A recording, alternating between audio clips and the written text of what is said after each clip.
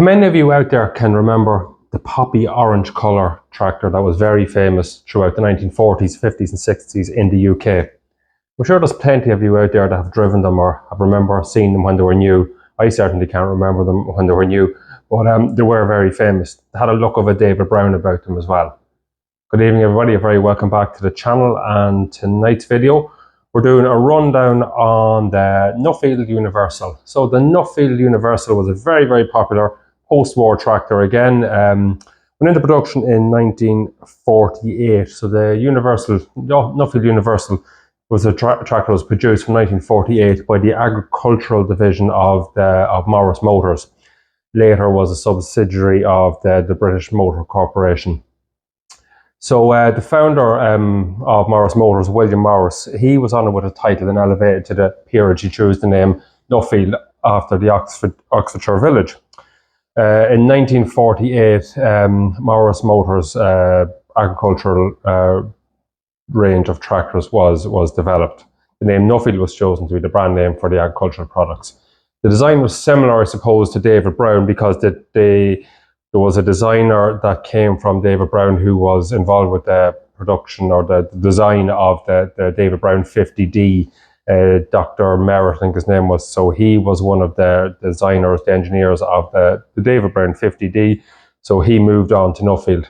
And Nuffield later would become amalgamation later on in the 60s, early 70s with British Leyland, which became part of Leyland Tractors. So the origins, I suppose, the origins go back to 1945, post-World War II recovery plans. The British government approached the Nuffield organisation, suggesting that to design and manufacture an all-new British British tractor. Having given a bit of consideration to it, Morris Motors, the Vice Chairman, Sir Miles Thomas, announced to the ISMA in Hull in 1946 that Nuffield were to begin manufacturing tractors. So designed by former David Brown tractor engineer Dr. Merritt, who had been involved with tank design during the war, tractor manufacture was to be undertaken at the former Wolseley factory in Birmingham, as car production had recently been moved to Cowley. And by May 1946, a prototype tractor had been produced. A further 12 prototypes were produced before the end of that year, culminating in the demonstration in Pershore in December. Due to steel shortages, production started in 1948 with the Nuffield Universal tractor being launched at the Smithfield show in December of that year. The tractors were produced in a bright red-orange colour, officially referred to as poppy orange, and similar in hue to the colour of the American Alice Chalmers tractors that we're all very familiar with. So we're seeing a trend here again, I suppose, from other videos that we've seen.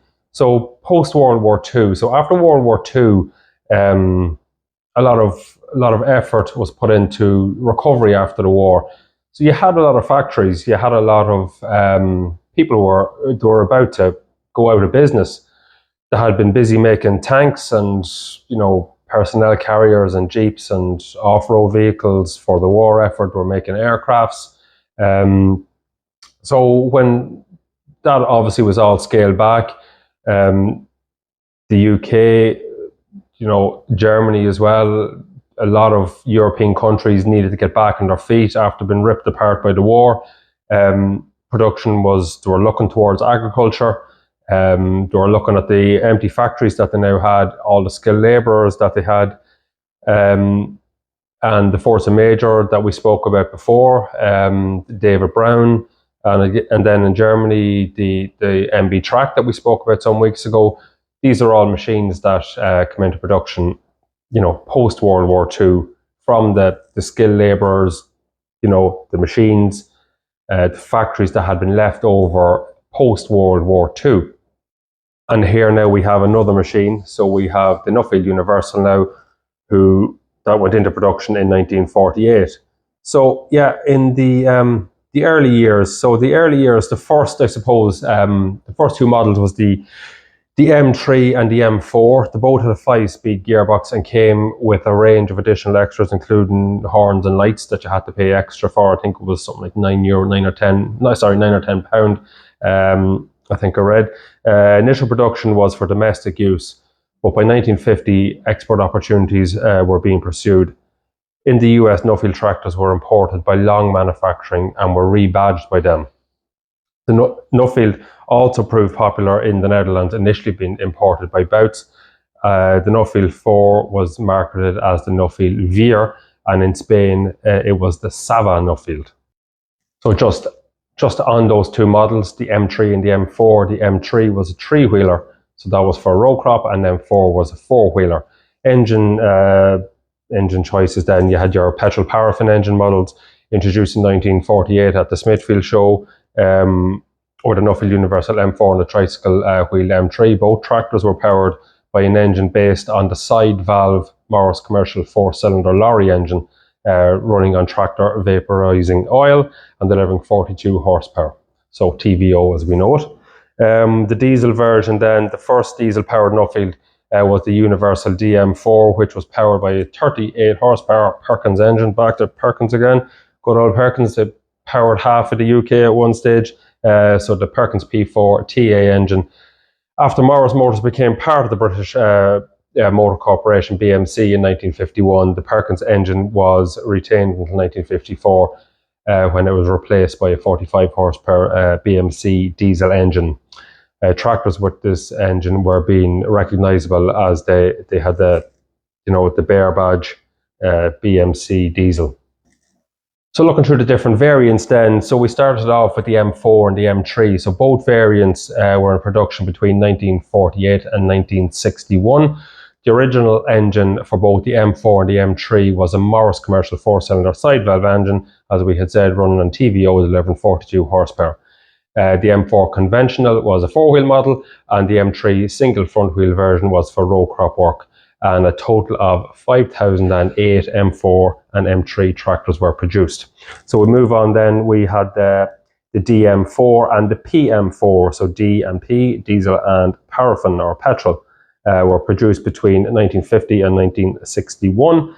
The DM4, a diesel engine variant with a Perkins T4 engine producing 48 horsepower, was replaced by a British Motor Corporation BMC diesel of 45 horsepower. And the PM4, the petrol variant, had a 48 horsepower engine as well. And a total of 7,500 DM4 and PM4 tractors were produced. Moving on then, the next model to speak about is the Universal 342 and the 460. So built from 1961 to 1963, tractors in this range were built at Bathgate in Scotland from 1962.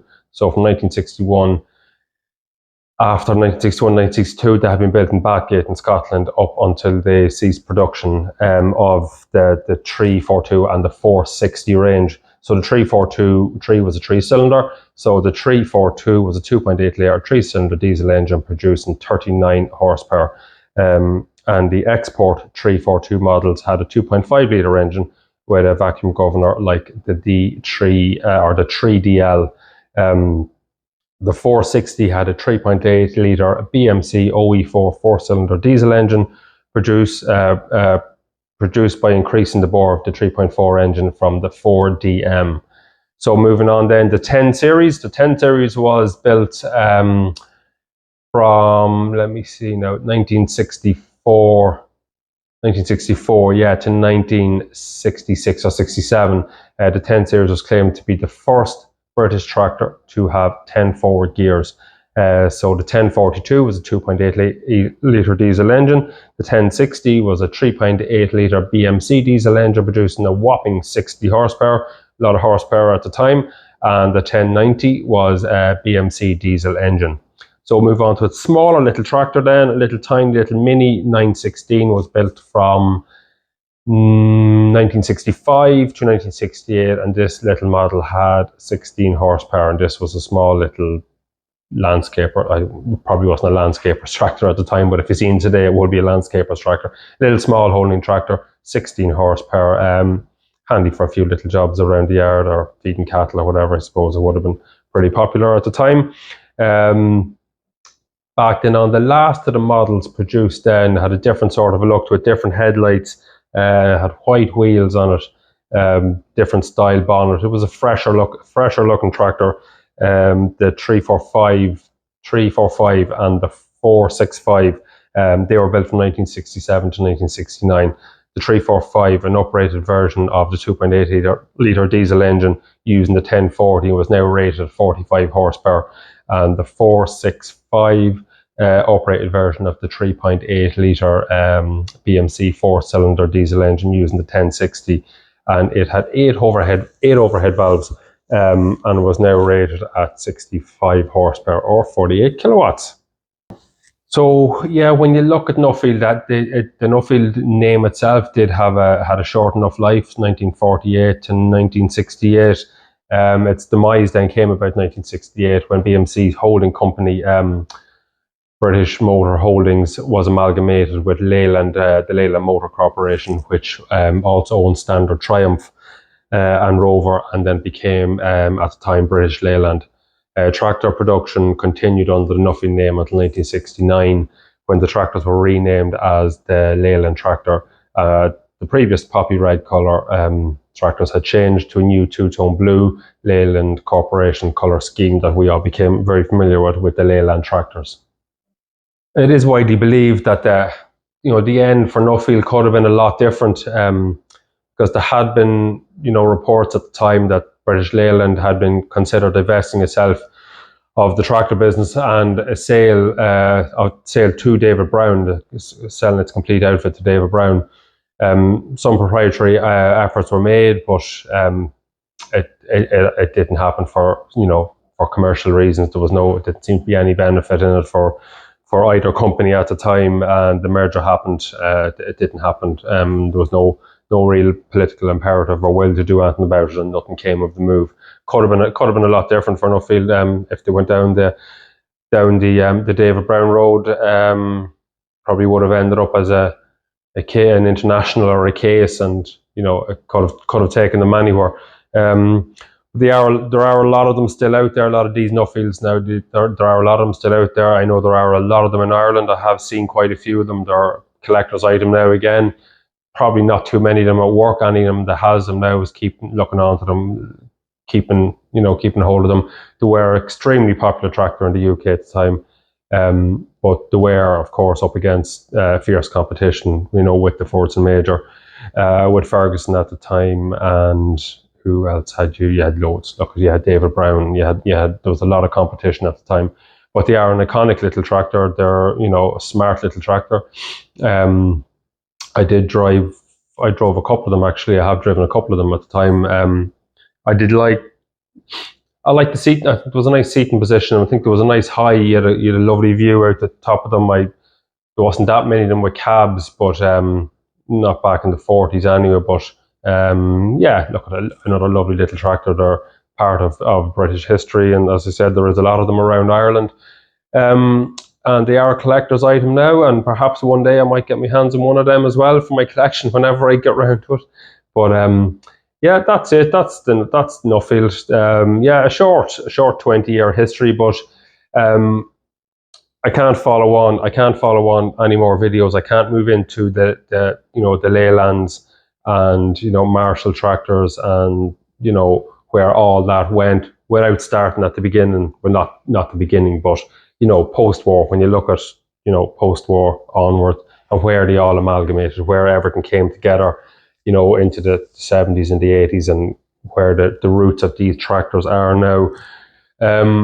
So yeah, that's it. That's another little quick video for this week. And hope everyone enjoys it. A little video here to stick in along with it. A little bit of advertising video from the time, and a few pictures that I could get together that were license free to stick up.